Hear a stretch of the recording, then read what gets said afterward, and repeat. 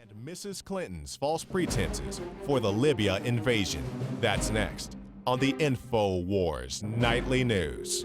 She's got to get up there with her freaky constituents. What a cult of fruits. Well, much like the neocons used false pretenses to launch a war against Iraq, Hillary Clinton, as Secretary of State, also created false pretenses for the invasion of Libya.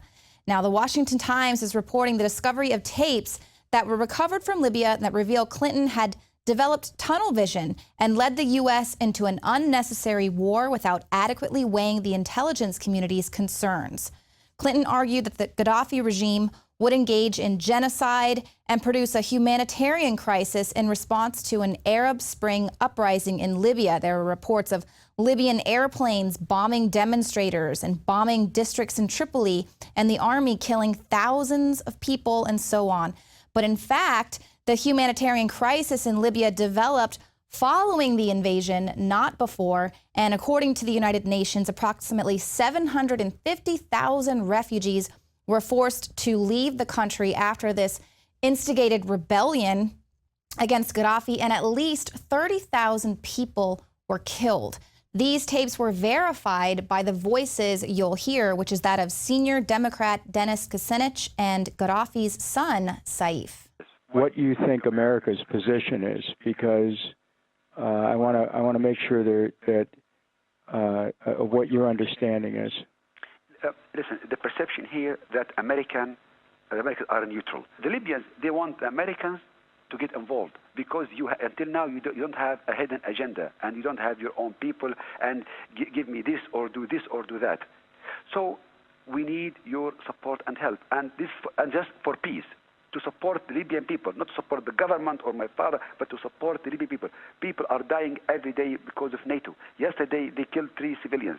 Libya, of course, has the largest oil reserves in Africa, so the U.S. NATO objective was quite strategic: steal the nation's oil wealth under the guise of humanitarian intervention. And like I said, at least 30,000 people were killed in this manufactured war. That is blood that is on the hands of Hillary. What difference does it make Clinton? And now these supposed rebels who were engaged in this manufactured rebellion were comprised primarily of al-Qaeda terrorists who were purposefully armed and supported by the CIA. You'll recall this headline. This is from April of last year. Citizens Committee on Benghazi claims that Benghazi attack could have been prevented if U.S. hadn't switched sides in the war on terror, and they allowed $500 million of weapons to reach al-Qaeda militants. And that's what you heard on that tape, that they were being funneled out of Benghazi. And of course, we're seeing the U.S. switching sides in the war on terror once again. They're now saying that the Taliban, they're not terrorists, they're armed insurgents. They're no longer a terrorist group. Now, of course, they were certainly terrorists when the United States government wanted to sign the Patriot Act and take away all of our rights after 9/11. And of course, that sounds very familiar because we're still arming these rebels, just in a different area.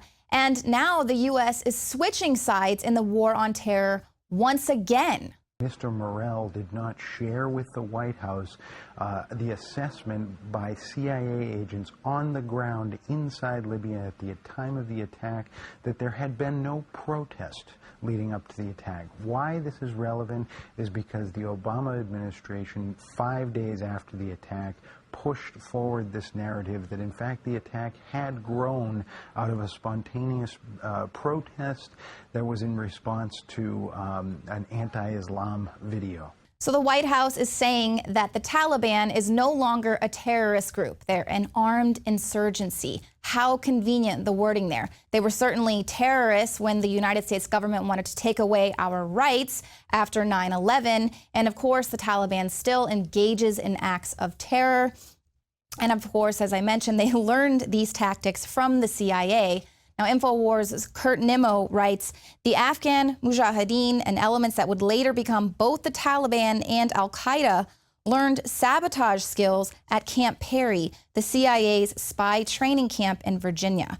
Others were given paramilitary training in the New York area and then sent to Afghanistan with U.S. assistance to join the CIA-supported forces of a drug-running warlord who was known for throwing acid at women who were dressed in Western clothing and for murdering a fellow student from a Maoist faction at Kabul University.